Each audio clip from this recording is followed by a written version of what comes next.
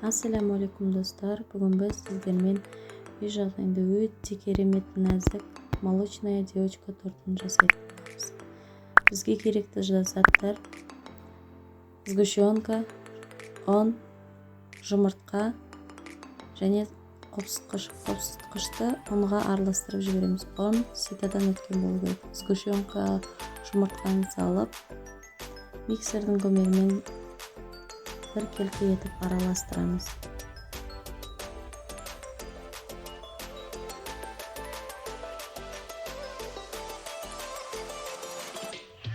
Араласқан массамызға жаңағы ұнды салып отырамыз. ұн ситадан електен өткен болу керек, түйіршік болып қалмау керек.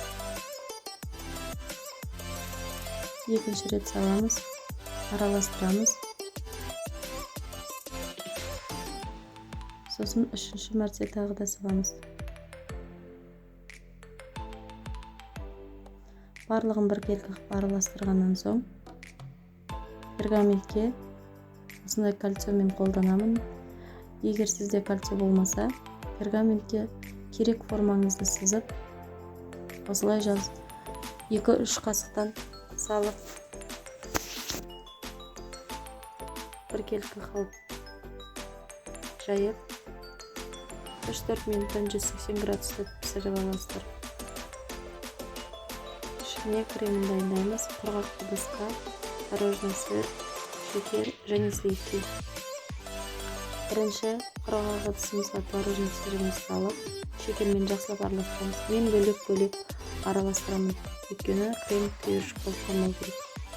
Содан соң сливкиімізді саламыз. Мен сливкидің 34% свежий завтрак қолданамын. Жақсылап араластырамыз. Қол миксер болғаннан кейін шамалы ұзақтау араластырасыздар осылай. Содан кейін оны пісіріп алған сары болғанша торждарымызды кольцоға жинаймыз. Пропитка жасасаңыздар да болады, жасамасаңыздар да болады. Жасаған кезде 3-4 сағаттан кейін жей бересіздер. Ал жасалмаса кемі 8 сағат түнде дайындап қойсаңыздар, холодильникте пропитка жасалып тұрады өзі. Осылай кольцоға жинаймыз. Егер кольцомыз болмаса, кәдімгі ыдысқа жинаймыз. Сосын сыртына крем осылай жағып, оттяжка жасаймыз. Сыртындағы розовый оттяжканың кремінің бөлек болады. Осылай әдемі, керемет болып шығады.